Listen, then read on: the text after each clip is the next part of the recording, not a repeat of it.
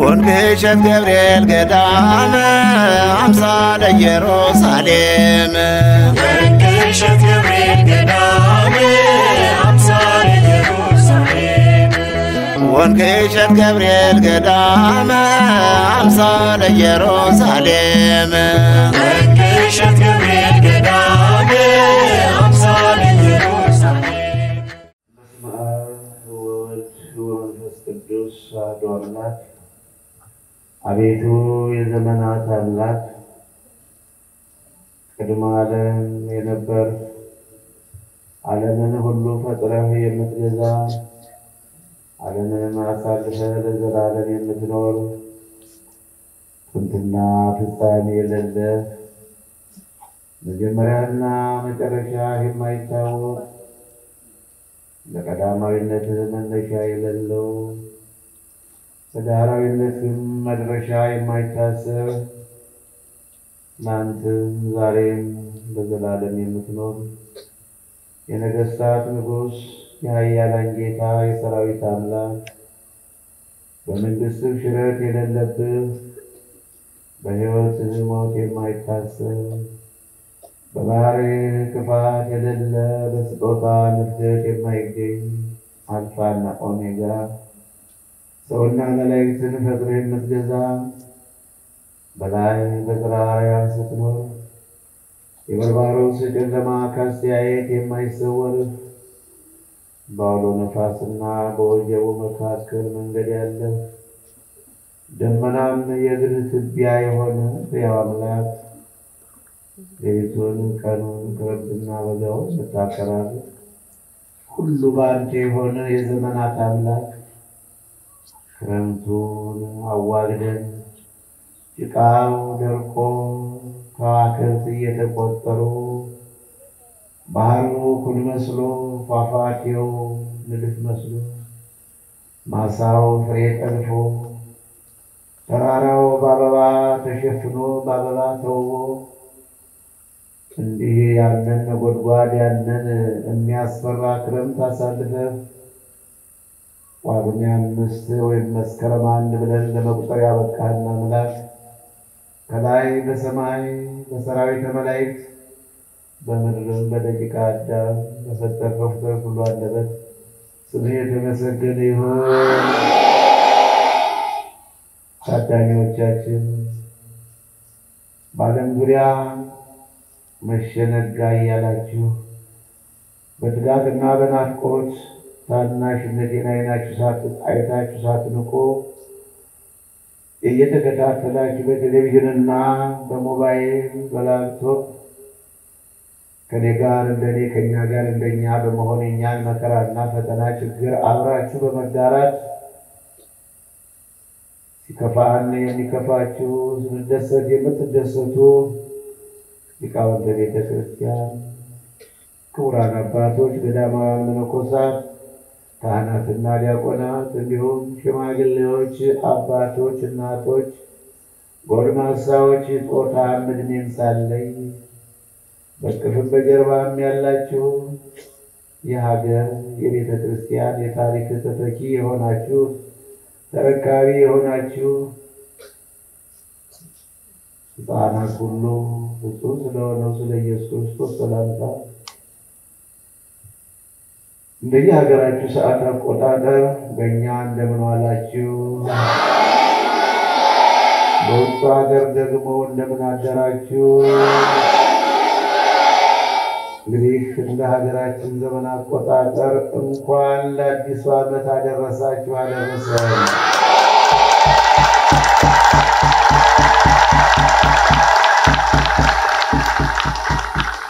እንኳን 2013 ብለን ለመቁጠር አደረሰን አበቃን።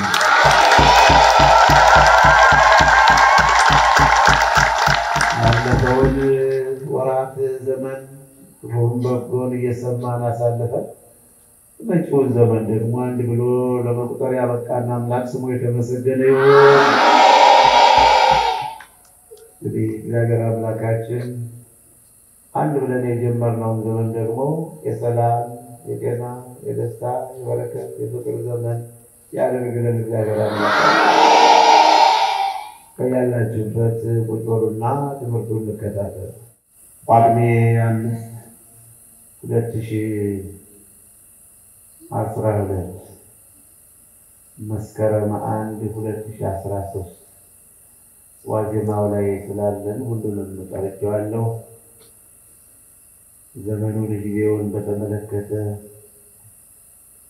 2012ን አሳልፈን ጨርሰን ፈጽመን 2013 በማለት በዋዜማው ላይ ስለምንገኝ ትምህርቴም ያው ይሄን በተመለከተ ይሆናል። እንግዲህ በደካማው ጉልበቴ በድዳው አንደበቴ በዚህ ታላቅ ዓለም አቀፍ ጉባኤ ተማሪው መሆን ሳይገባኝ አስተማሪ ሆኜ በመቆሜ ምስጢርን የሚገልጽ አምላክ ምስጢሩን ገልጾ ለዚህ ታላቅ ጉባኤ የሚሆን ምክር እንደምመክር እንዲገልጽልኝ በዓለም ዙሪያ ያላችሁ ወገኖችን ጸሎት ተስፋ አድርጌ ከፊታችሁ ቆሜያለሁ። ለእኔ ምስጢሩን ይግለጽልኝ። ለእናንተ ደግሞ እዝነ ልቦናችሁን ከፍቶ 30፣ 60፣ 100 ፍሬ ለማፍራት ያብቃችሁ። ሕዝቅኤል 45 ቁጥር 9 ላይ ነቢዩ ሕዝቅኤል ነው ቃሉን የተናገረው። ይብቃችሁ፣ ግፍን ብዝበዛን አስወግዱ። ምንማማረው በዚህ ነው። እንዳልኩት ሁሉ ደግሜ ደጋግሜ ለእኔ ምስጢሩን ይግለጽልኝ። ነቢዩ ሕዝቅኤል የእስራኤልን አለቆች፣ የእስራኤልን የመቅደስ አገልጋዮች፣ የምኩራብ አለቆች፣ እናንተ የእስራኤል አለቆች፣ እናንተ የመንጋው ጠባቂዎች፣ እናንተ የመንጋው እረኞች ይብቃችሁ፣ ግፉን ብዝበዛውን አስወግዱ። ከዚህ በፊት ተሰሩት የነበረው ይበቃችሁ። ከዚህ በፊት የበደላችሁት፣ የተሳሳታችሁት፣ ያጠፋችሁት በቃችሁ። ከእንግዲህ ይበቃችኋል። 365 ቀኖች ተቆጠሩ። 366 ቀኖች አለፉ። ግፍም ተፈጸመ። ድሃው ተንገላታ፣ ደካማው ተሰቃየ፣ ችግረኛው ተራበ፣ በሽተኛው ተጉላላ። ስለዚህ ነው ነቢያት ለሕዝቡ ነው እረኝነታቸው። እግዚአብሔር የላካቸውን መንፈስ ቅዱስ የገለጸላቸውን ለሕዝቡ ያስተላልፋሉ። የሕዝቡን ኃጢአት ደግሞ ማረልን ብለው ወደ ጌታ ያመለክታሉ።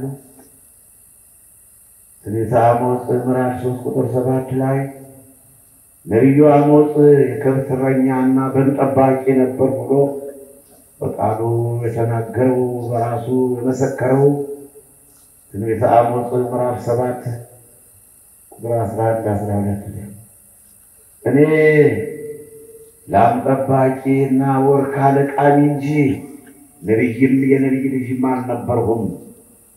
እግዚአብሔር ግን በጎችን ከምጠብቅበት መረጠኝ፣ የእሱ ፈቃድ ነውና። ሂድና በሕዝብና በአሕዛብ መካከል ነቢይ አድርጌሃለሁ አለኝ። ሆኖም እኔ በግ ጠባቂ ነበርሁኝ፣ እኔ ላም እረኛ ነበርሁኝ። እኔ ወርካ ለቃሚ ነኝ፣ ነቢይም አልነበርሁም፣ የነቢይ ልጅም አልነበርሁም። ነቢያት እውነቱን እንደሚናገሩ መወደስና መከበር አይፈልጉም። በስራቸው ይከበራሉ እንጂ በቃላቸው አይደለም። በተግባር ይከበራሉ እንጂ በአፋቸው አይደለም። ስለዚህ ነው ነቢዩ አሞጽ የተሰጠው ጸጋና ክብር ሳይጎልበትና ሳያንሰው ራሱን ዝቅ አድርጎ በገበኛ ነኝ አለ። አሜስያስ ካህኑ ከኢዮርብዓም ከንጉሡ ጋር ተነጋግሮ ሂድ ልቀቅ፣ ቤቴል እግዚአብሔር ቤቴል የንጉሥ መንግሥትና ቤተ መንግሥት ናት፣ እንዲሁም ቤተ መቅደስ ናት። ሂድ አንተ በይሁዳ በዘው ሀገር ትንቢት ተናገር፣ ስብከትን ስበክ፣ ይሄ ቦታ አይደለም ሲለው መቼም ዘወርት እንደተሳደርን ነው የኛ ነገር። እግዚአብሔርን ብለው የወጡ ሰዎች በስሙ ይገላቻሉ። አሞጽም ከከብት እረኝነት ከመንጋው ተለይቶ እግዚአብሔርን ቃል ለማስተላለፍ በሚያደርገው ጉዞ ላይ አሜስያስ ይሰድበውና ያንገራጥጠው ነበር። ስለዚህ ነው ማንነቱን የገለጸው። እኔ ነቢይ አይደለሁም፣ የነቢይ ልጅም አይደለሁም፣ መንጋ ጠባቂ ከብት እረኛ ነኝ ብሎ ተናገረ። እንግዲህ ነቢዩ አሞጽ ምዕራፍ 3 ቁጥር 7 ላይ እግዚአብሔር ለወዳጆቹ ለነቢያት ሳይገልጽ ምንም አያደርግም ብሎ ተናግሯል። ስለዚህ ለሕዝቅኤልም ይህንን የነገረው የእስራኤል እረኞች የቤተ መቅደስ አገልጋዮችና ካህናት እንዲሁም የምኩራብ አለቆች ጉቦ እየተቀበሉ ሰውን እየሸነገሉ ሕዝቡን እያታለሉ መሥዋዕቱንም እያረከሱ እግዚአብሔርን ሲያሳዝኑት ሕዝቡም ለጣዖት እየተንበረከከ ለጣዖት እየሰገደ እግዚአብሔርን ሲግድ በቃችሁ፣ ግፍን ብዝበዛን አስወግዱ፣ ከእንግዲህ ግፍና ብዝበዛ አያስፈልግም፣ ሕዝቡ መበዝበዝ የለበትም፣ ይህ ድሃ ሕዝብ መገፋት የለበትም፣ በቃችሁ። ካሁን በፊት ትፈጽሙት የነበረው ካሁን በፊት ታደርጉ ትሰሩት የነበረው ግፍና መከራ ስቃይ በቃ ሊበቃ ይገባዋል። 2012 ይደርስብን የነበረው የስድብ ውርጅብኝ፣ ይደርስብን የነበረው ክስና ወቀሳ፣ ይደርስብን የነበረው ረሃብና ስደት መንከራተት ይበቃል።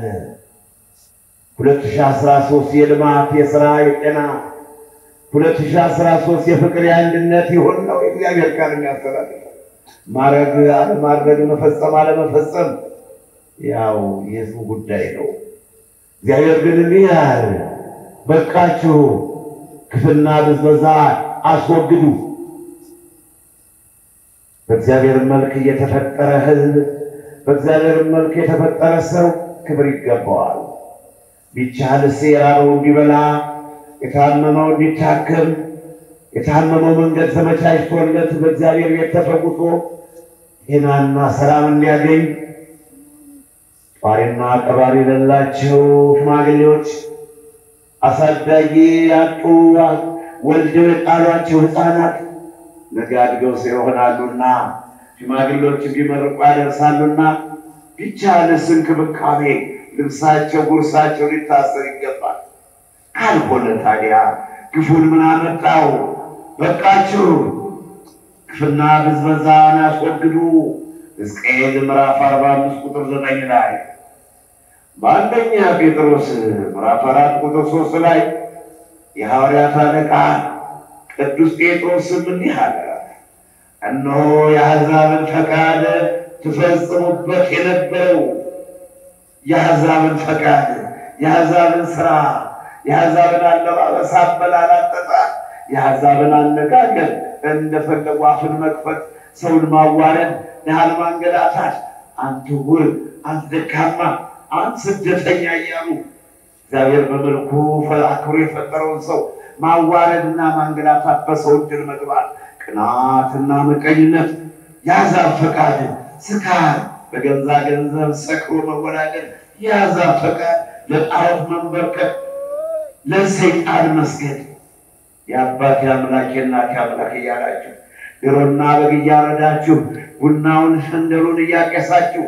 በየተራራውና በየዛፉ በየወንዙ የምትሰግዱት ሁሉ የአሕዛብ ፈቃድ፣ ያንን የአሕዛብ ፈቃድ የፈጸማችሁበት የአሕዛብን ፈቃድ የፈጸማችሁበት ያለፈው ዘመን ይብቃችሁ። አዲስ ዘመን 2013 በዓለም ዙሪያ ትምህርቴን የምትከታተሉ የተዋሕዶ ልጆች እንዲህም ታዳሚዎቻችን ልበላችሁ፣ የአሕዛብን ፈቃድ የፈጸማችሁበት ፋሽን በመከተል ይህንን ብልጭልጭ ዓለም በመምሰል እንብላ እንጠጣ እንደሰት በማለት ስጋችሁን ለማስደሰት ስጋችሁን ለማወፈር የስጋችሁን ፈቃድ ለመፈጸም ሄዱበት የነበረው የአሕዛብን ፈቃድ ትፈጽሙበት የነበረው ለጣዖት እየተንበረከካችሁ ለሰይጣን እየሰገዳችሁ ያለፈው ዘመን ይበቃችኋል። በአንደኛ ጴጥሮስ ምዕራፍ 4 ቁጥር 3 ላይ ሐዋርያው ቅዱስ ጴጥሮስ እንዲህ ነው ሲያስተምረን፣ ያለፈው ዘመን ይበቃችኋል፣ ያሳለፍነው ዓመት ይበቃል። የበደላችሁ ክሳችሁ፣ የቀማችሁ መልሳችሁ፣ የተጣላችሁ ታርቃችሁ፣ የተሳሳታችሁ ከስህተታችሁ ተመልሳችሁ ንስሐ ግቡ። ያለፈው ዘመን ይበቃችኋል፣ ያለፈው ዘመን ይበቃናል እያለ ነው ነቢዩ የሚናገረው። እንግዲህ ይብቃችሁ፣ ግፍና ብዝበዛን አስወግዱ። ሕዝቅኤል ምዕራፍ 45 ቁጥር 9 ላይ በአዲሱ ዓመት አዲስ ሕይወት ወገኖቼ እንለወጥ እንጂ እየባሰን ከሄድን መጨረሻችን ምን ይሆን?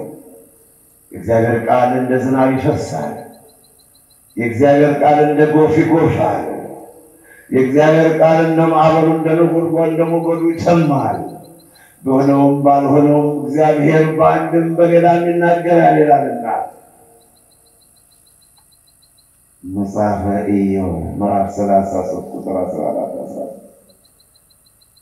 እግዚአብሔር በአንድም በሌላም ይናገራል። እግዚአብሔር የሚናገሩትን የሚያስተምሩትን በየወቅቱ ያመጣል። ሰምተን መመለስ ግን የኛ እድል ፈንታ ጽዋ ተርታችን ነበር። ባለመታደል ግን እየባሰን መሄዳችን ያሳዝናል። ይበቃል፣ ግፍና ብዝበዛን አስወግዱ፣ ይወገድ ይበቃልና። በአንደኛ ቆሮንቶስ ምዕራፍ 5 ቁጥር 6፣ 7 እና 8 እስከ መጨረሻ ሐዋርያው ቅዱስ ጳውሎስ እንዲህ አለ፣ እነሆ ጥቂት እርሾ ሊጡን ሁሉ ያቦካዋል። አንደኛ ቆሮንቶስ ምዕራፍ 5 ቁጥር 6፣ 7፣ 8 እስከ 11 ድረስ ጥቂት ትንሽ እርሾ ከውሃው ላይ ከተደበለቀ ሊጡን ሁሉ ያቦካዋልና።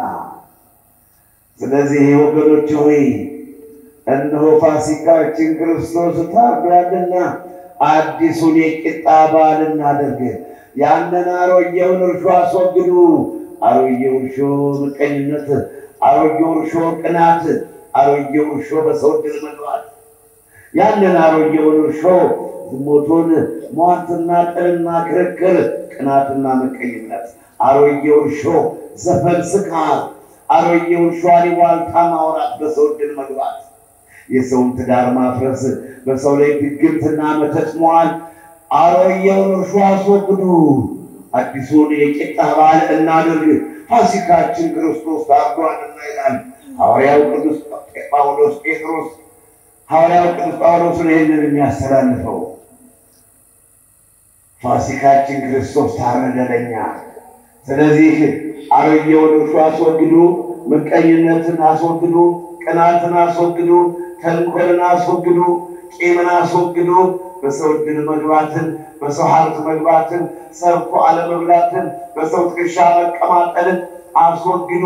ሰርታችሁ ብሉ። በአዲሱ ዓመት ማስተምራችሁ ይህንን ነው።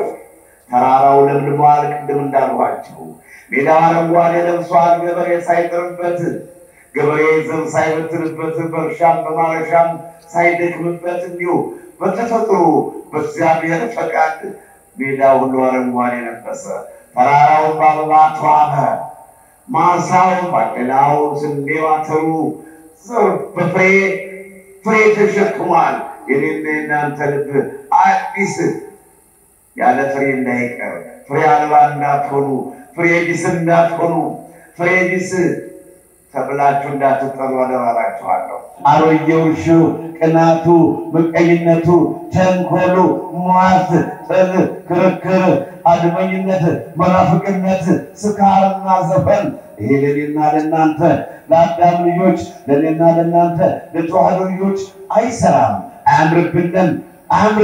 ይሄ የሚያምርብን ፍቅር ነው፣ የሚዋብብን ፍቅር ነው፣ የሚስማማን ፍቅር ነው፣ የሚያስደስት ፍቅር ነው። የመንግስቱ ወራሽ እንድንሆን የዘላለም ሕይወት እንድንወርስ የሚረዳን ፍቅር ነው። አሮጌውን እርሾ ያንን የተጣለውን የተጠላውን ሟርትና ጥል፣ ክርክር፣ ለጣዖት መስገድና መንበርከክ ላልፈጠረ ለሰይጣንና አንጥረኞች ለደበቁት አናጦች ለጠረሞች ለጣዖት መስገድ ክልክል ነው ይላል እግዚአብሔር ቃል። ሐዋርያው ቅዱስ ጳውሎስ ነው ጥቂት እርሾን ሊጡ ሁሉ ታቦካዋለች። እናንተም ቅናትን ምቀኝነትን አስወግዳችሁ ፋሲካችን ክርስቶስ ታርዷልና ፍቅርን፣ ሰላምን፣ ትህትናን፣ አንድነትን፣ አብሮ መብላት እናንተም ይሄን ፈጽሙት ፍቅርና ሰላም ይኖራችሁ እያለ ቅዱስ ጳውሎስ ያስተምረናልና በአንደኛ ቆሮንቶስ ምዕራፍ 5 ቁጥር 6-7-8 እስከ መጨረሻው እንዲሁም አለ ሐዋርያው ቅዱስ ጳውሎስ ቁጥር 9-10 እያነስን ነው። እንዲህ ይላል ቅዱስ ጳውሎስ የጳውሎስ መልእክት እንዲህ ነው የሚለንና ከወንድሞች ከጓደኞቻችሁ ሁሉ ይላልና እንደዚህ አይነት ገንዘብን የሚወዱ ለጣዖት የሚሰግዱ እግዚአብሔርን የሚክዱ ሴሰኞች፣ ስስታሞች፣ በገንዘብና በመብል በመጠጥ የሚጎመጁ ሰካራሞች ካሉ እነሱን አስወግዷቸው፣ አብራችሁም አትብሉ፣ ከእነሱ ጋር አትተባበሩ ይላልና ከእነሱ ጋር መተባበር ክልክል ነው። እነሆ በቃችሁ ግፍን ብዝበዛን አስወግዱ። ሕዝቅኤል ምዕራፍ 45 ቁጥር 9 ላይ ርዕሳችን ይህ ነው። ትምህርቱን በዚህ ይቀጥላል። በቃችሁ ይበቃል። ከእንግዲህ በዓለም ላይ ያላችሁ ወገኖቼ ደቂቀ አዳም የአዳም ልጆች ጾታም ዕድሜም የሥራ ደረጃም ሳለይ ሰው ለሆናችሁ ሁሉም አመለክተው እምጮህና እማስተምረው እምመክረው በቃችሁ ግፍና ብዝበዛን አስወግዱ። ማታለልና ማጭበርበርን አስወግዱ። ስካርን ዘፈንን አስወግዱ። ሰርቶ መብላትን፣ ፍቅርን፣ ትህትናን፣ ራስን መግዛት፣ ሰላምን፣ በመንፈስ ቅዱስ መደሰትን ይህንን ልመዱት አይዟችሁ። የእግዚአብሔር ቃል ይህን ያስተምረናል። ሐዋርያት ይህን ሰበኩ፣ ነቢያት ይህን ተናገሩ፣ መምህራን እንዲህ አይነቱን ያስተምራሉ። ሰምተን መከተልና መዳን ከኔና ከእናንተ ይጠበቃል። ውድ የተዋህዶ ልጆች እንኳን ለአዲሱ ዓመት አደረሳችሁ። የበረሃው ስብከት ይህን ይመስላል።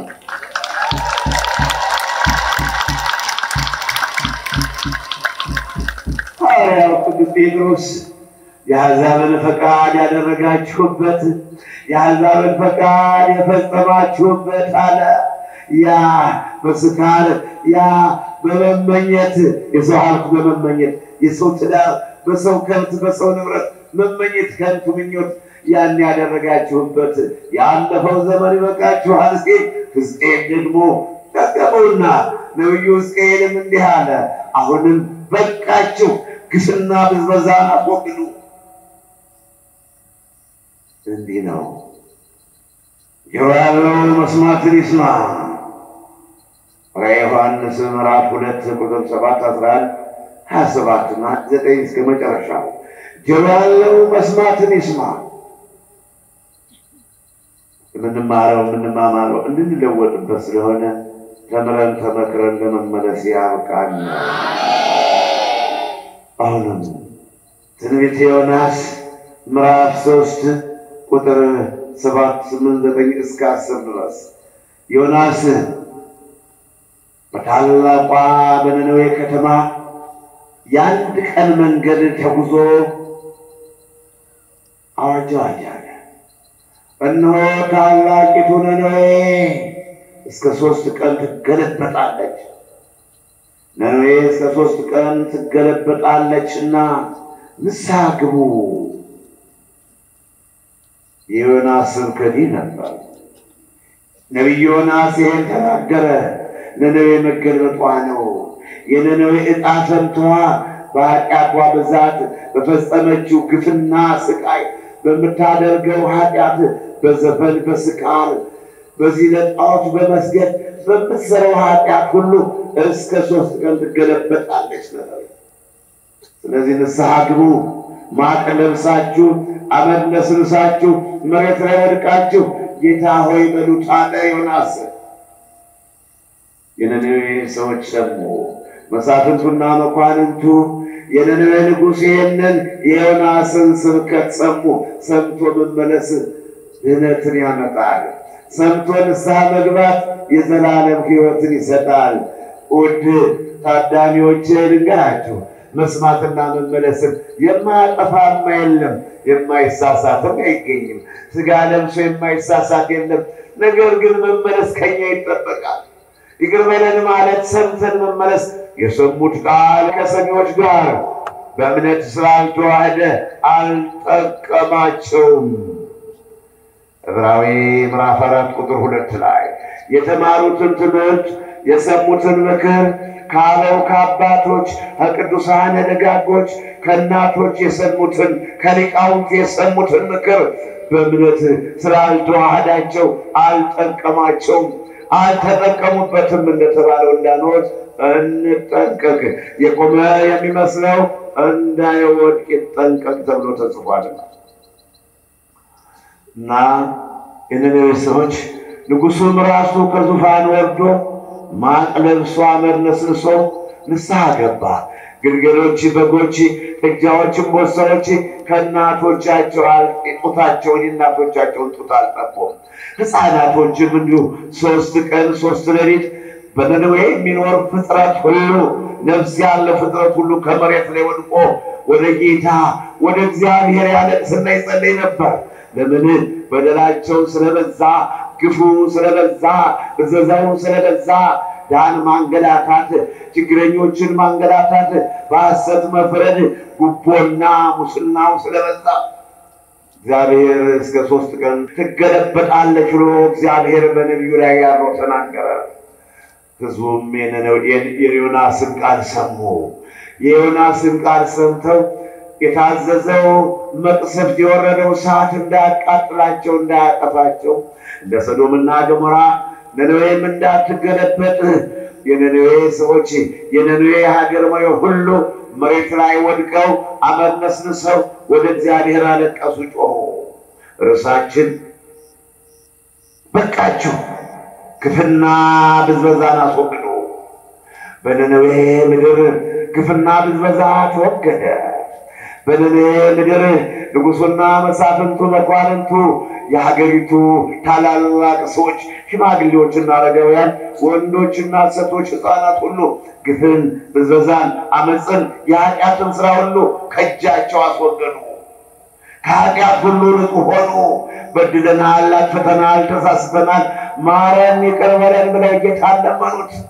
በነነዌ ይደረግ የነበረው ግፍ፣ በነነዌ ይፈጸም የነበረው መከራ፣ ድሃው ሲንገላታ፣ መንገደኛው ከመንገድ ወድቆ ሲቀር ከቤቱ ሳይገባ፣ እናቱ ስታለቅስ፣ ሚስቱ ስትጨነቅ፣ ልጆቹ ሲበተኑ፣ ፍርድ አገኛለሁ ብሎ ወደ ዳኞች ሲሄድ ጉቦ ሲጠየቅ፣ ክፉ ኃጢአት የሰራው የቀማው የበደለው ሲፈረድለት፣ ድሃው ሲንገላታ አይቶ እግዚአብሔር ሁሉን የሚመለከት እውነተኛ ፈራጅ እግዚአብሔር በነነዌ ላይ ኃይሉን ታምራቱን ሊገልጽ ሲፈልግ ዮናስን ነቢዩን ከላከ በኋላ የነነዌ ሰዎች ከማንኛውም ከሚሰሩት ኃጢአት ሁሉ ተመለሱ።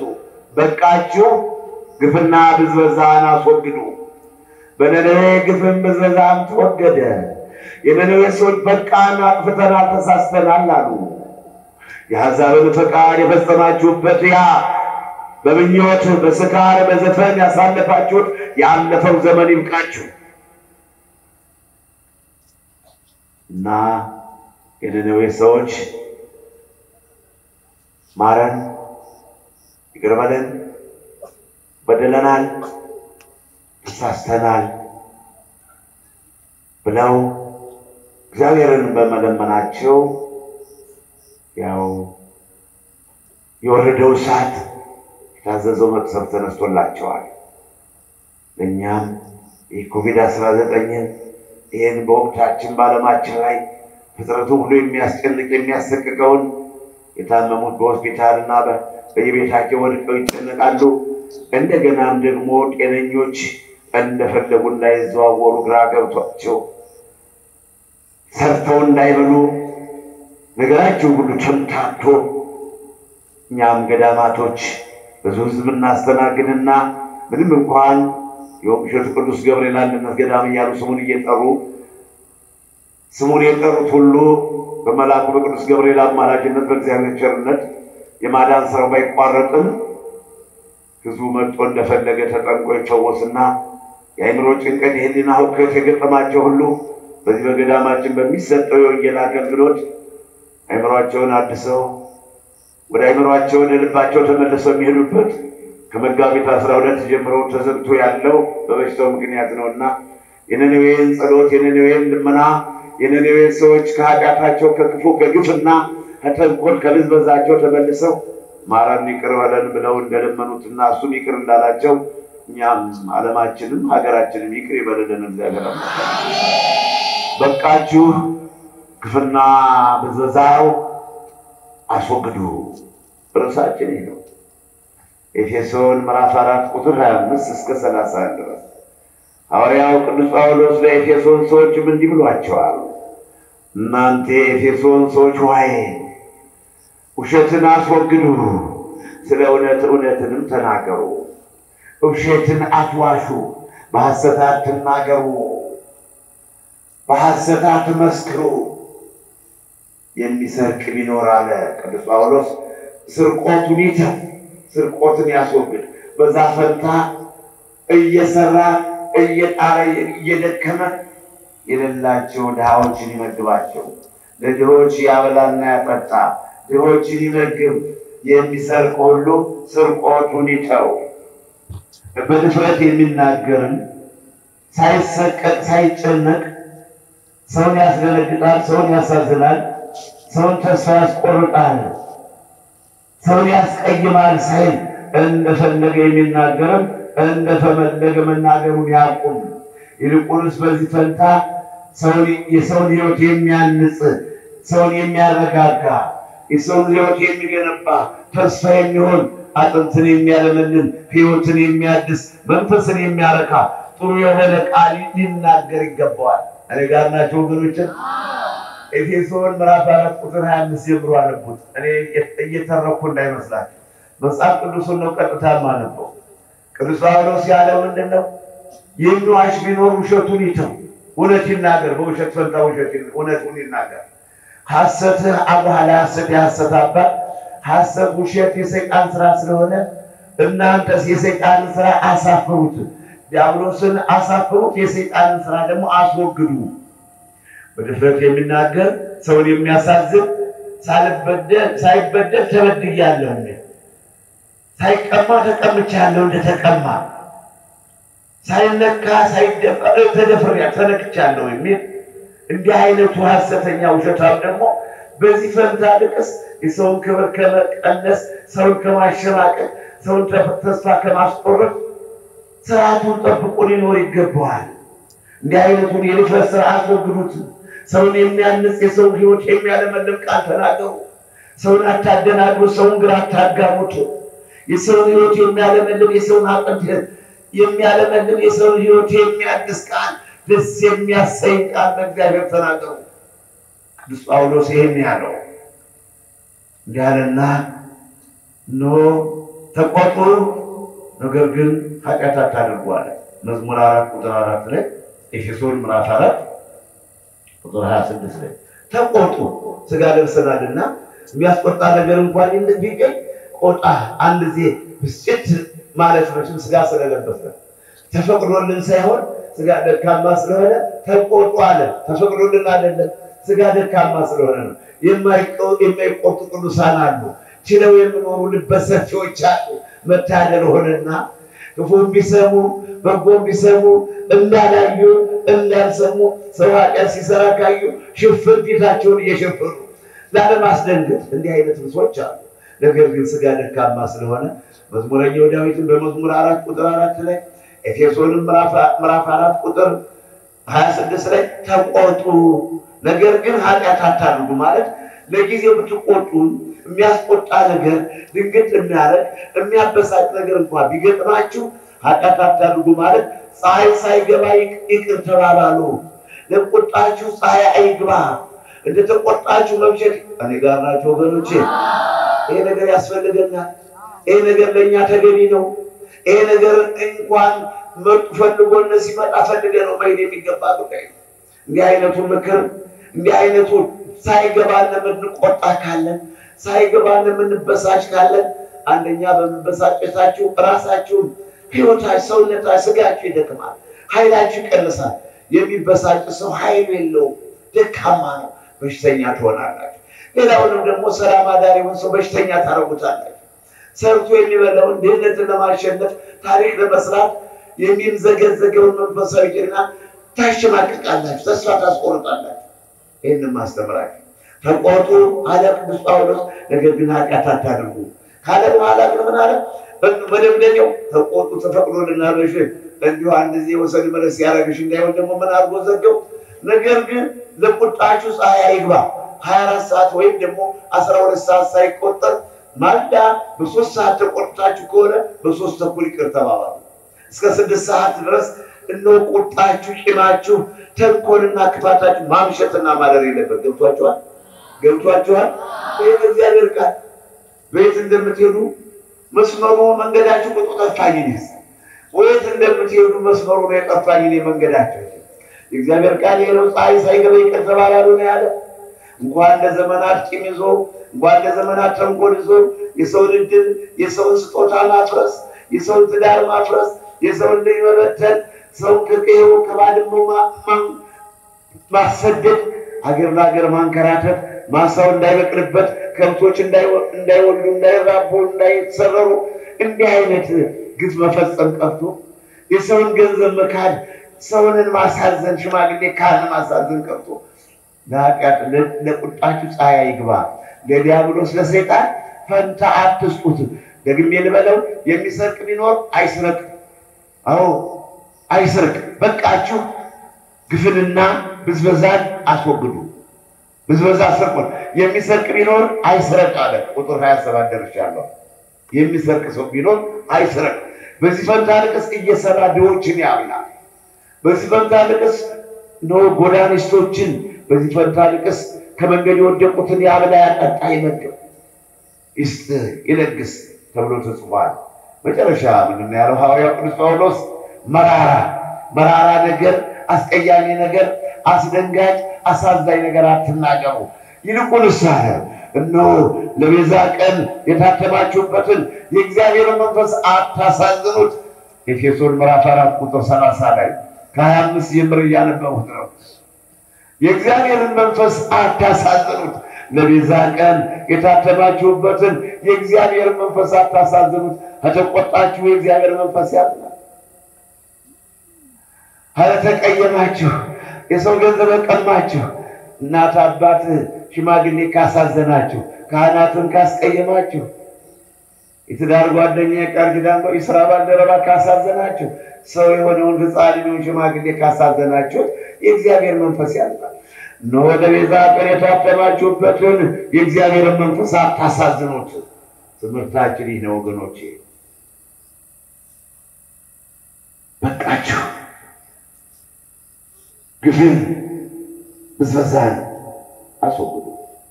ሕዝቅኤል ምዕራፍ 45 ቁጥር 9 ላይ ጳውሎስ የሚያመላለስ ፍሬው ነው።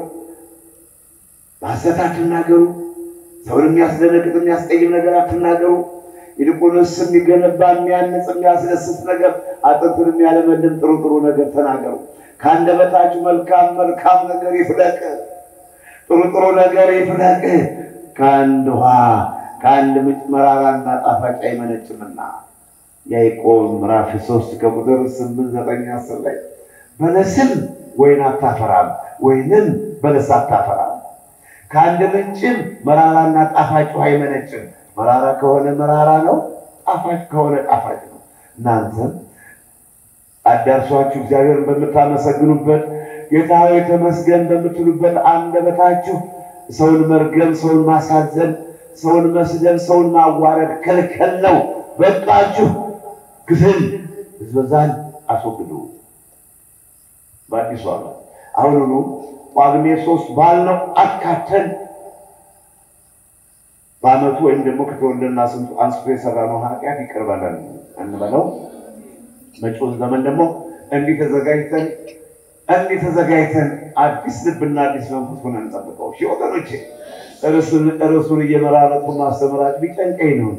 ብትለወጡ እንደው ምናልባት ትድኑ እንደው ትለወጡ እንደው ብዬ ነው የቸገረኝ።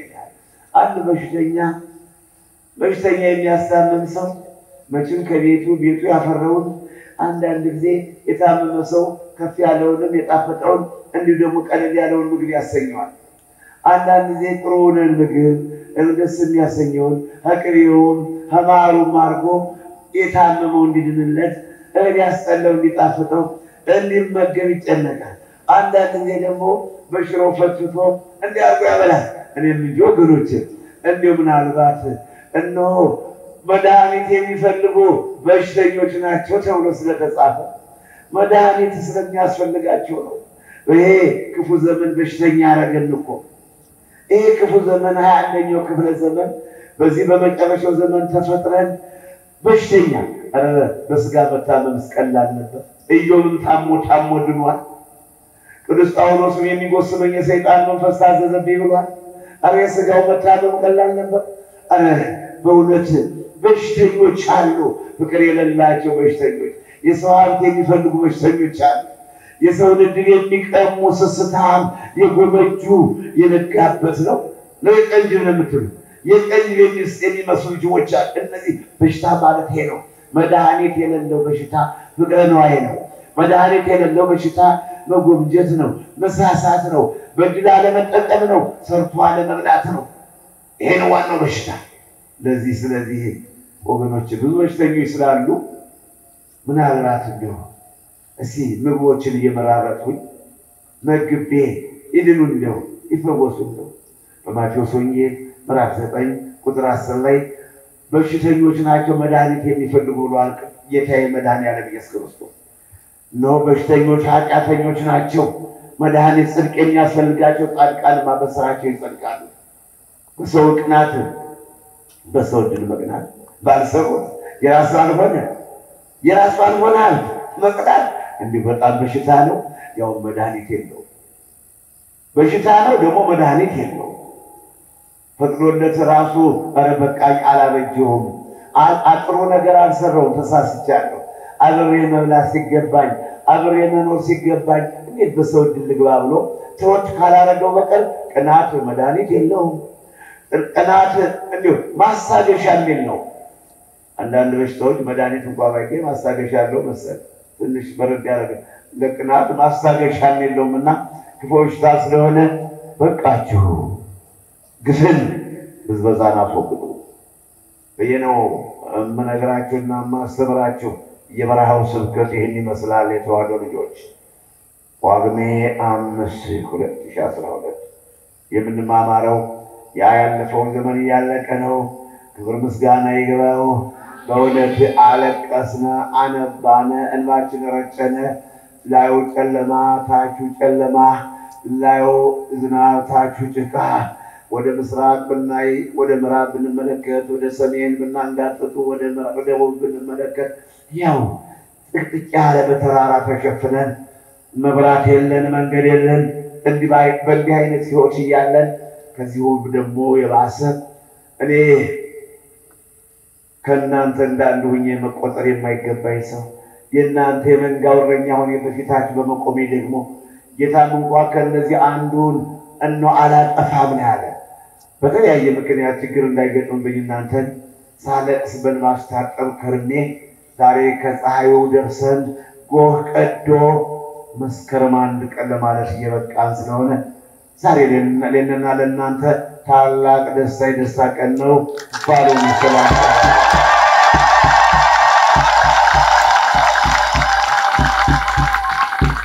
በቃችሁ ግፍና ብዝበዛን አስወግዱ።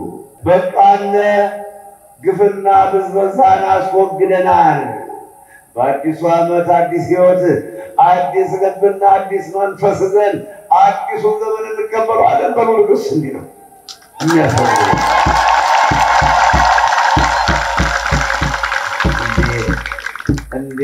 እንደ ህላ በጣሪያም ወደላች ወሬ ለምስለፉት ዛሬ እናንተ ይጥራሉ እናንተ ማጓዳችሁ ወሬ ይስደፋችሁ። ስለዚህ በቃነ የሚባል እሺ ወገኖቼ በቃነ ግፍን ብዝበዛን ተንኮልን ጥማትን ምቀኝነትን ተንኮልን አድመኝነት ዘፈን ስካር ስለዚህ ገዳም የለም አይደለም። ግን ትምህርቱ ዓለም አቀፍ ስለሆነ ስካርንም ለጣዖት መስገድንም አስወግደናል። እንዲያም ያሰኝ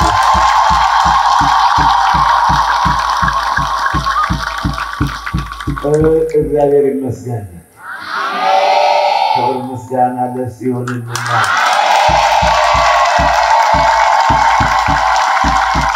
ኢሳይያስ ምዕራፍ 1 ቁጥር 16 17 18 19 ድረስ ላነብላችሁ። ለወለ ቃል ኢሳይያስ የተናገረው ቃል እንዲልበላችሁና ነብዩ ኢሳይያስ እንዲህ አለ። ምዕራፍ 1 ከቁጥር 16 ማስታወሻ ያዛችሁ ጽሑፍ ሰዎች ያለው መልካም ነው። ምዕራፍ ኢሳይያስ ምዕራፍ 1 ቁጥር 16 17 እና 18 ከ15 ቁጥር ጀምሮ ታጠቡ ይላል ኢሳይያስ። እሺ ታጠቡ፣ ልብሳችሁን ንጹህ አድርጉት፣ ልባችሁን ንጹህ አድርጉት። ኧረ ታጠቡ። ውሃ በነፃ ነው፣ ንስሐ በነፃ ነው ወገኖች። ታጠቡ። ንስሐ እኮ መመለስ ይቻላል። የሚሰሩትን ስራ እኮ በድያለሁ አላበጀሁም ማረኝ እኮ ነው። ሌላ ታጠቀው ሌላው ነገር እኮ ግድ የለም። እንደ በንስሐ አባታችሁ ማሪዎች የንስሐ አባቶቻችሁ የሚያደርጉት እንብላ እንጠጣ ብለው አመካኝተው የእናንተን ገንዘብ ለመዝረፍ ካልፈለገ በቃ ለሁሉም ስርዓትና ደንብ አለው። እንደ ኃጢአታችሁ ብዛት መቀጮ ይሰጣል። ስለዚህ ዋናው ነገር ግን ለጌታ መመልከት። ጴጥሮስ ካደው ጌታን አላውቅም አለው። ነገር ግን መራራ ልቅሶን አለቀሰ። እንደገና የበለጠ የመንግሥተ ሰማያት መክፈቻ ቁልፍ ትወደኛለህን እያለ መንጎችን ጠብቆታልና ምን ችግር አለ? ሰው ሁሉ የማይበድል የለም፣ መመለስ ብቻ ነው። ታጠቡ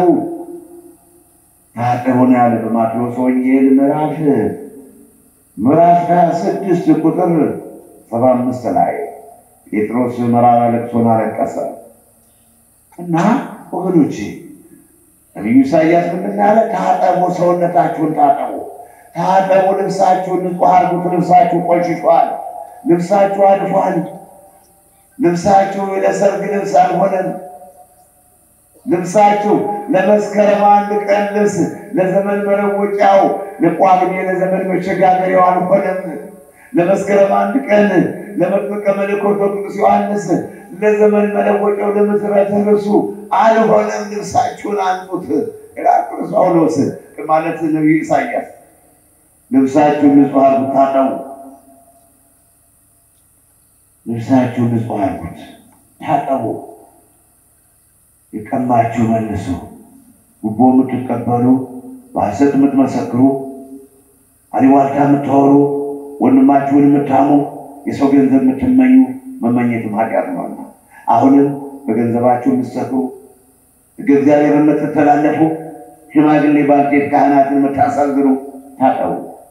ያሳዝናችሁ ወደ ጠንቋይ የሄዳችሁ ለጣዖት የሰገዳችሁ ታጠቡ። በድፍረት የተናገራችሁ ታጠቡ። የትዳር ጓደኛችሁን ያሳዝናችሁ፣ የቃል ኪዳን ጓደኞቻችሁን ያሰረቀሳችሁ፣ የካዳችሁ፣ ገንዘባቸውን የዘረፋችሁ ታጠቡ። ኢሳይያስ ምዕራፍ 1 ቁጥር 15 16 17 እኔ ላይ ቁጥር 18 ላይ ኑና እንዋቀስ አለ ኢሳይያስ። እንደው ይድነቃችሁ መታጠቡ ብቻ ሳይሆን ኑና እንዋቀስ ይላል የሰማይ አምላክ እግዚአብሔር። የበደለውን ትውልድ ያስቀየመውን ክፋትና ኃጢአት የሰራውን የቀማውን ያታለለና ያጭበረበረውን በቅናት መንፈስ የማይደፈሩትን የደፈረ የማይነኩትን የነካውን ተማሪ ሆኖ መምህራኖችን ተማሪ ሆኖ መምህሩን ያስቀየመ ልጆች ሆኖ እናት አባቶቻቸውን ያስቀየሙ ሽበታም ሽማግሎችን ያሳደሩ በገዳም ስርዓት መነኩሴ ከመነኩሴ ወይም ደግሞ መነኮሳት አለመሪቱን የደፈሩ የነኩካል እነሆኑና እንዋቀሱ ይላል የሰማይ አምላክ እግዚአብሔር። ኃጢአታችሁ እንዳለላ ብትቀላ እንደ አመዳይ ትነጻላችኋለች። ኃጢአታችሁ እንደ ደም ብትመስል እንደ ባዘቶ ትሆንላችኋለችና ይልቁንስ ኑና እንዋቀስ። በቃችሁ ክፍል ብዝበዛ አስወግዱ። ያውቃሉ ኢሳይያስ ያለው ነው። ታጠቡ ይበቃችኋል። እስካሁን አልፋችኋል። እስካሁን ቆሽሻችኋል። እስካሁን ድረስ ለጌታ ለመላእክት ከርፍተናል። ለጋምናችሁ ወገኖች አንድ በቁሎ ውሻ ምን ሲሞት መቼም ሰው ቶሎ ብሎ አይቀርበውምና በሀገራችን የዚያን ስለሆነ ያው ያቀም ደሆች ስለሆነ ነገሮች ሁሉ በሰዓቱ ለማከናወን እድሉ አይገጥመንም። ውሻው ወይም አንድ ነገር በቁሎ ፈረስ ወይ ከብት ቢሞት ሰዎች የማይበሉት ከሆነ ሲወል ሲያደር ይከረፋል አይደለም? ስታልፉ አፍንጫችሁን ይዛችሁ ነው የምታልፉት። ወይም ደግሞ በሽንት ቤት ስትሄዱ አፍንጫችሁን ለምትይዙ ይከረፋል። ሽታው ለሰው አይጥሩ አይደለም። አሁንም ኃጢአት ይከረፋል። ኃጢአተኛ ከሆነ ለመላእክት እንከረፋቸዋለን። ኃጢአተኛ ከሆነ ለሰማይ አምላክ ለሰራዊት ጌታ እናስቀይመዋለን፣ እናሳዝነዋለን። ሊያየን ይጨነቃል። ፈጥሮ እንዳልፈጠረ ሰውን በመፍጠሬ ተጸጸትኩኝ። ዘፍጥረት ምዕራፍ 6 ቁጥር 6 እኔ ጋር ናቸው ከማች በጡጫ እንዴት በጡጫ አንግታችሁ እኔ በቃል ብቻ በናዝሬቱ በኢየሱስ ክርስቶስ ስም ውጣ ከማለት በቃ ሌላ አቅም የለኝም እንጂ እንዲሁ እንደሚሆን ቢሆን በጡጫ መጋፋችሁ ነበር። ይኸውላችሁ የቆሸሸ ነገር ጥንብ ሲታይ አፍንጫችን ዘንድ እባቡ ሲሞት አውሬ ሲሞት አፍንጫችን ብሎ ሸተተ ብለን እንደምንጨነቅ አፍንጫችሁን ይዛችሁ እንደምትሄዱ ኃጢአት የሰራ ሰው ቂም ያለው ሰው የበደለ ሰው የቀማ ሰው ያታለለ ሰው ሰውን ያሳዘነ ሰው ካህናትን ያስቀየመ እናት አባቱን ያስነቀሰ ሰው የገደለ ሰው እንደዚህ ነው ለመላእክት ይከረፋል። ምሳሌውን ነግሬያችኋለሁ አይደለ? እንደ ጥንብ ነው የምንከረፋው። ግን ምናልባት ጥቂት እንኳን መልካም ስራ ቢገኝባቸው ብለው መላእክት ያጠው ነፍሱ ከስጋው ስትለይ መምጣታቸው አይቀርም። ሰራዊተ መላእክት ጽልመት ይመጣሉ። የራሳቸው ሰው መሆኑን ያውቁታል።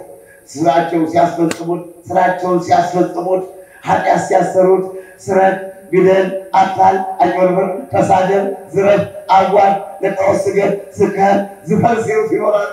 እሱም እሺ ብሎ አሸሽገደ ሲል ይኖራል። ያን ጊዜ ሞት አይቀርምና እንደ ነዌ ሲሞት መናፍስት ርኩሳን ይከቡታል። ገና ሲሞት እየተጨነቀ በጥፍራቸው እየወጉ ነፍሱን ያስጨነቁ ይወጣል። ሞቱ ለኃጢአት ጠዋቂ የተባለ ነውና መዝሙር 33 ቁጥር 19 ላይ የኃጢአተኛ ሰው ሞት እንደ ክፋቱ ኃጢአቱን እንደዚህ ሆነ። የዓመቱን የመካተቻ ትምህርት እንማማርና ነገ ደግሞ ለአዲሱ ዓመት እንማማራለን እና እኔ ጋር ናችሁ። አሁን የት ላይ የነበሩ ታጠቡ በሚለው ነው። መታጠብ ደስ አይልም እንዴ? ሰውነት ለቅለቅ ሲሉት አይሲቀር ልብስን ድሮኛ መናይሳለ መናኛ ሆነን ነገር ግን በመቶና ወራታችን ደግሞ በአሁን አቋርጠን ከሰው ተለይተን ስለድ ልብሳችን የምናጠበው በምነው በአመድ ነበረው። ለንቋጣ የሚባል ደግሞ ዛፍ አለ ጫካ። ለንቋጣውን ልጠን ያንን ካለዛ ደግሞ በአመድ መቼም ያው ደሃ አመድ አያጣም አይደለም። ያው ጫካ ብዙ ጊዜ በሩቅ ስለምንኖር የምናነደውን አመዱን ነፋ አድርገን ልብሳችን የምናጥበው በዛ ነበር። ዛሬ ግን እኛ በመነኮሳቱ ሁሉም ነገር ተሟልቶ ለአሁኑ ለመናኞች እግዚአብሔር አምላክ በዚህ ምክንያት ሆኖ ሁሉንም የፈለጉትን ያገኛሉ። እኛ ግን ሳሙና የሚባል በዓይናችንም አናየው፣ ምን አይነት እንደሆነም አናውቀው። በአመር ነው የምንደፈድፈው ልብሳችን የነበረ። ታዲያም ሆነ ግን እረሽ ውሃ ከነከው ደስ ይላል፣ ይቀላል አይደል? በአመድ የምንጠበው በምን የምንጠበው ውሃ ሲነከው ደስ ይላል። እንደው ይተው ምን ታጠቡን ያልኳችሁ ክፉ ነገር ተናገሩ። ድንጋይ ተሸከሙ ብያለሁ፣ ቀንበር ተሸከሙ ብያለሁ አላልኩም? ታጠቡ፣ ልብሳችሁን ንጹህ አድርጉት፣ ኑና እንዋቀስ ይላል የሰማይ አምላክ። ኃጢአታችሁ እንዳለላ ብትቀላ እንዳመዳይ ትነጻለችና ኃጢአታችሁ እንደ ደም ብትሆን እንደ ባዘቶ ትሆናለችና ኑና እንዋቀስ። ባሪያ ዮርዳኖስን ቅዱስ ገብርኤል ወራትና ዓመታት ያስቆጠራችሁ ወገኖቼ፣ በርቀት ትምህርቴን የምትከታተሉ ወገኖቼ፣ ባንደበታችሁ የተሳሳታችሁ፣ በንግግር የተሳሳታችሁ፣ በተግባር እጃችሁ የተሳተባችሁ፣ በተግባር በኃጢአት የወደቃችሁ ኑና እንዋቀስ ይላል የሰማይ አምላክ። ቃሉን ፈጽመን ለመኖር ያብቃን። ሕዝቅኤል ምዕራፍ 45 ቁጥር 9 ላይ በቃችሁ፣ ግፍን ብዝበዛን አስወግዱ። አቤት አቤት የጌታ ቃል አቤት እንዴት ይጣፍጣል መሰላችሁ! እናንተ ይጣፍጣችሁ ማር ስኳር በመሰል ይጣፍጣችሁ አይደለም? እናንተ ይጣፍጣችሁ ወተት ብላችሁ ነው የምታርጉት። ወተት ስለሚያሰኛችሁ እንደ እግዚአብሔር ቃል እንዴት ደስ ይላልና አለ እግዚአብሔር በትምደሳት አጋንንትን የሚያቃጥል መንፈስን የሚያረካ ሕይወትን የሚያስደስት አጥንትን የሚያለመልም የእግዚአብሔር ቃል። ስለዚህ በእውነት ወገኖቼ ሰምታችሁ ለመጠቀም ያውቃችሁ እና ትምህርታችን በቃችሁ። በዚህ በዓመቱ ሰው የነበረ ኃጢአት ሁሉ ይበቃል። አዲስ ልብ አዲስ መንፈስ ሊኖረን ይገባል። አዲስ ሰው እንሁን። አሮጌውን እርሾ ጣሉት፣ አዲሱን የቂጣ በዓል እናክብር። ይኸውም ፍቅር ነው፣ ይኸውም ሰላም ነው፣ ይኸውም ትህትና ነው፣ ይኸውም አንድነት ነው፣ ይኸውም አብሮ መብላት ነው። ይኸው የመንፈስ እርካታ ነው። እንዲህ ነው የምንላቸው። ከኔ ጋር ናቸው ወይ? ከኔ ጋር ናቸው።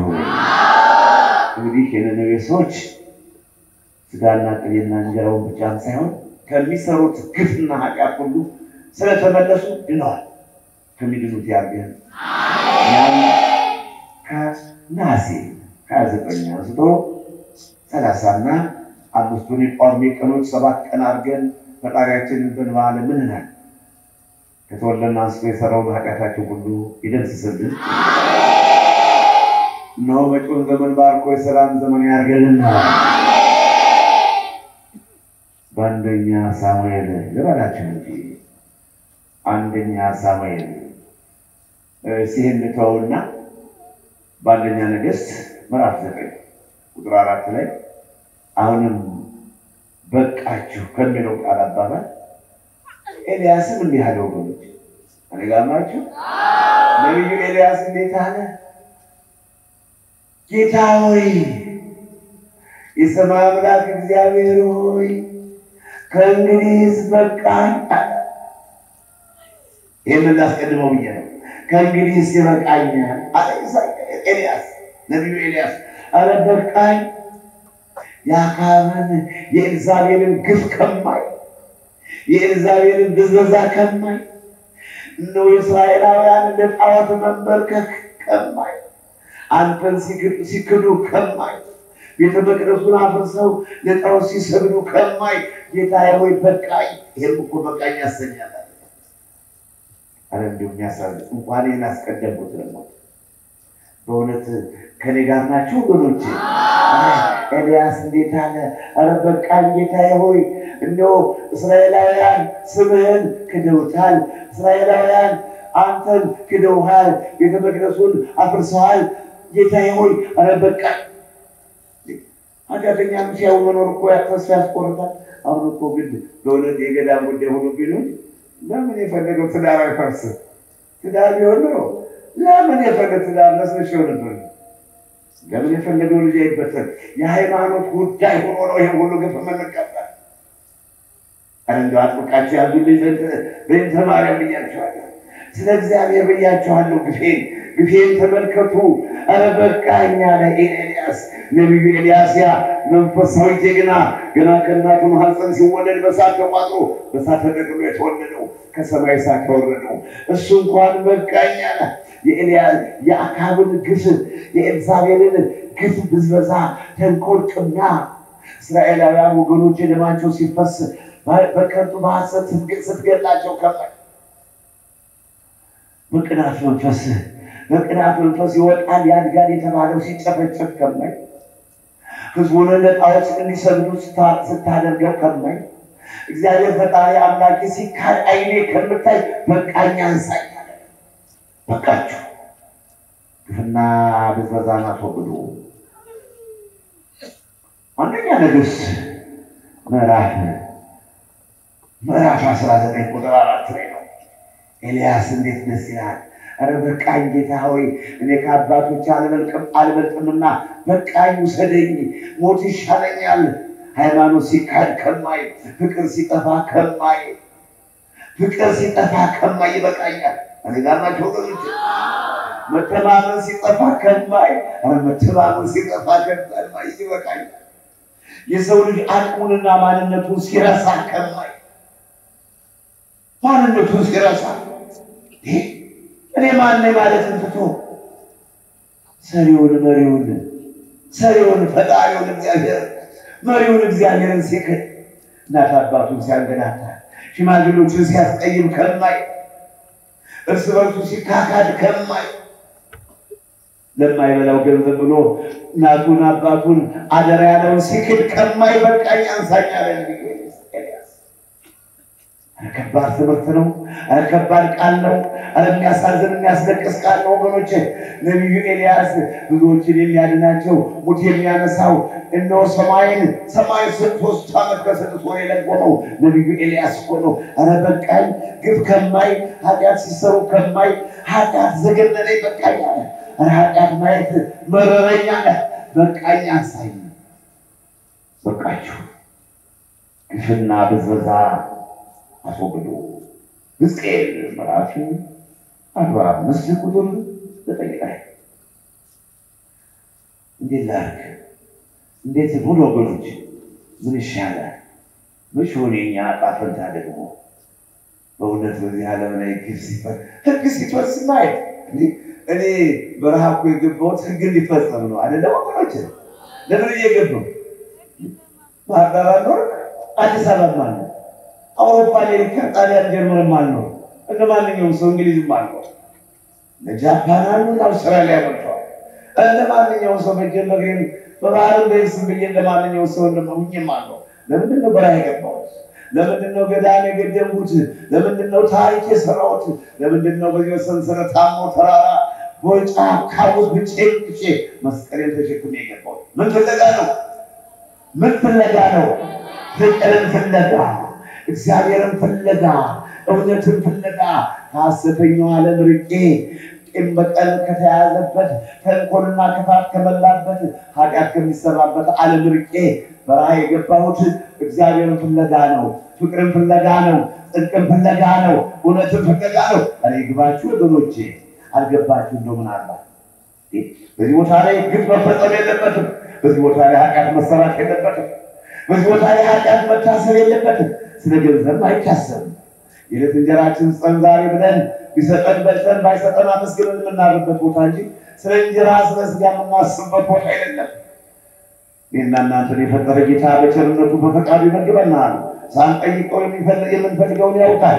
ስለዚህ ኤልያስ ኧረ በቃኝ አንሳኝ ውሰደኝ፣ ግፍ እንዳለ ኤልዛቤል እጇን እንዳይጭንብኝ፣ አካል እንዳይገለኝ፣ ሰራዊቱን ልኮ እንዳያስዘኝ እባክህ በቃኝ አለ። በአንደኛ ነገሥት ምዕራፍ 19 ቁጥር 4 ላይ ነገር የጻፈው እንግዲህ ይህ ሁሉ የሚፈጸም እናንተ ሲሆን እኮ አሻችሁ የእናንተ ውሸት መስማት እኔ ይስማማኛል ወይ?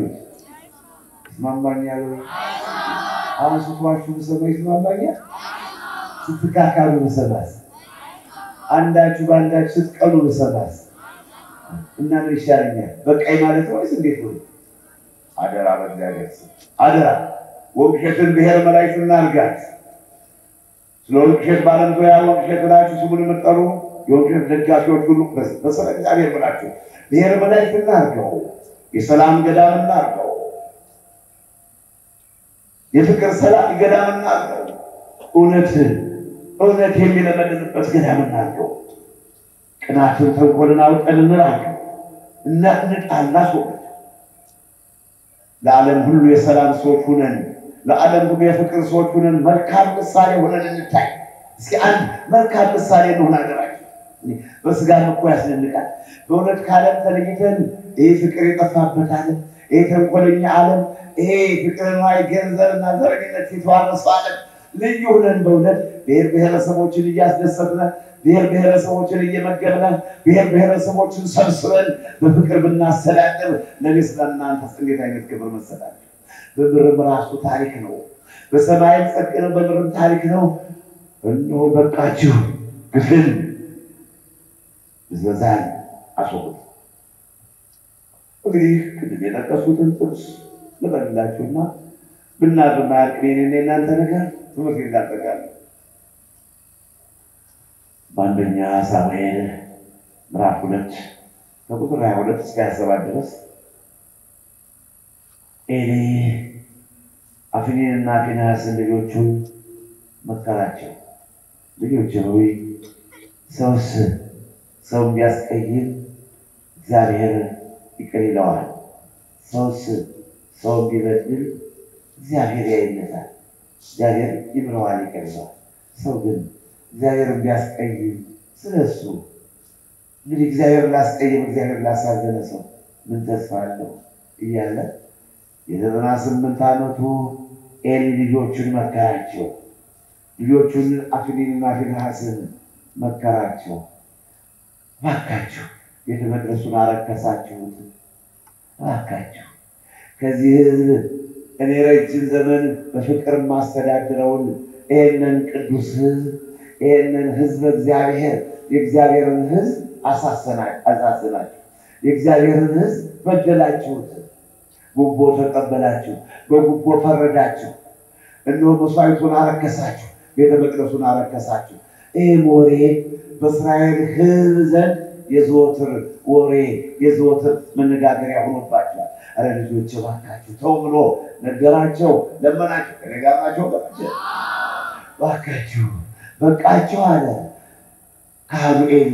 አረ በቃችሁ የ90 ዓመቱ የ98 አረጋዊው ሽማግሌ ኤሊ የወለዳቸውን ያሳደጋቸውን ልጆች አረ ልጆች በቃችሁ፣ መስዋዕቱን አርክሳችኋል፣ ቤተ መቅደሱን አርክሳችኋል፣ ጉቦ ተቀብላችኋል፣ ፍርድ አጣማችኋል፣ አረ በቃችኋል።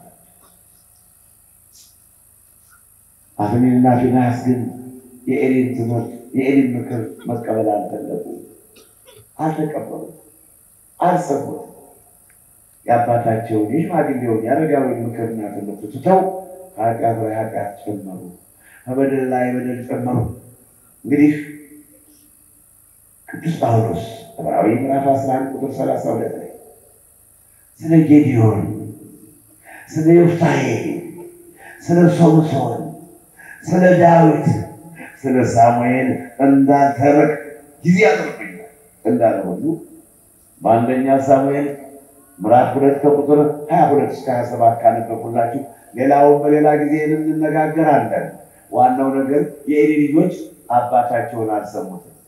በቃችሁ ግፉ፣ በቃችሁ በደሉ፣ በቃችሁ ፍርድ አጣመማችሁ፣ የሰው ገንዘብ ወደዳችሁ፣ ጎመጃችሁ፣ ሳሳችሁ፣ ቤተ መቅደሱን አረከሳችሁ፣ ይበቃችኋል። እነሆ አዲስ ሰው ሁኑ፣ ንስሐ ግቡ፣ ሕዝቡን አታሳዝኑት፣ እግዚአብሔርን አትበድሉ ቢላቸው እንዲህ አሉ። መጨረሻቸው አወዳደቃቸው ከፍቷልና እንግዲህ በአዲሱ ዓመት አዲስ ሕይወት ሕዝቡን በድለን እግዚአብሔርን አስቀይመን እንዲህ አወዳደቃችን እንዳይከፋ በእውነት ሕጉን ጠብቀን ለመኖር ያብቃን። ያስተማረን የመከረን የገሰጸን አምላክ የተመሰገነ ይሁን።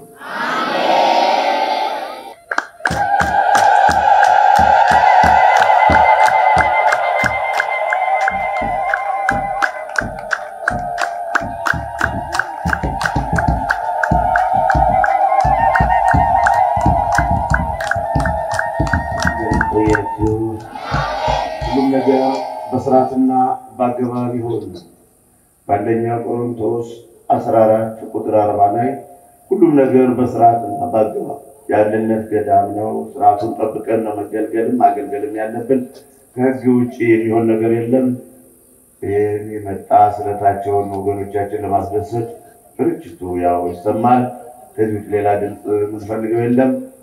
በዓሉን የሰላም የደስታ የፍቅር በዓል ያድርግልን እግዚአብሔር አምላክ። አደነከ አደነከ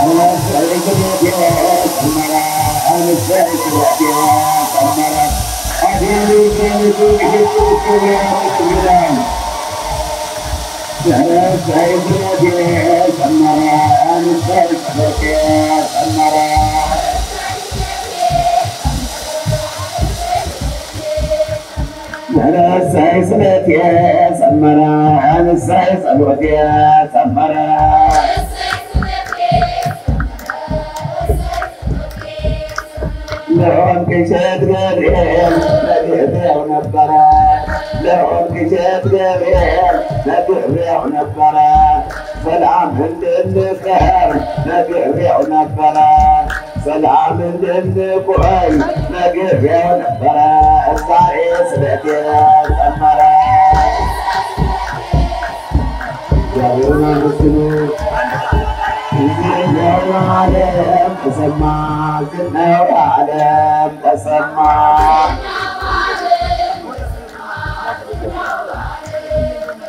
زينو العالم تسمع زينو العالم تسمع جاونا مسلو زينو العالم تسمع زينو العالم تسمع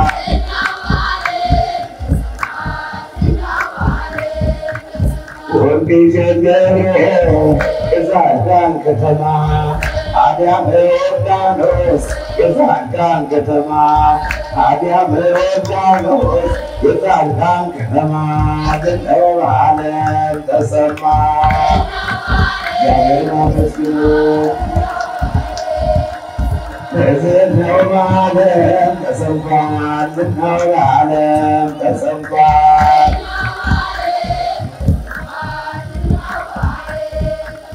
زدنا العالم تسمع زدنا العالم تسمع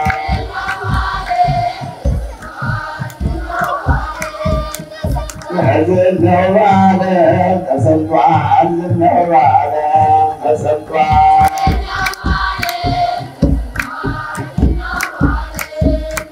لون كشر قريب أمرات الأسوار أديم الأردانوس أمرات الأسوار زدنا العالم تسمع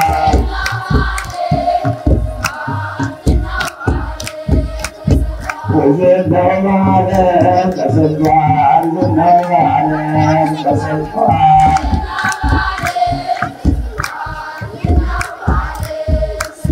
لون كشت قريب دويتك وصوات لون كشت قريب وتنزل استوات لون كشت قريب طورت عكوان زدنا العالم تسمع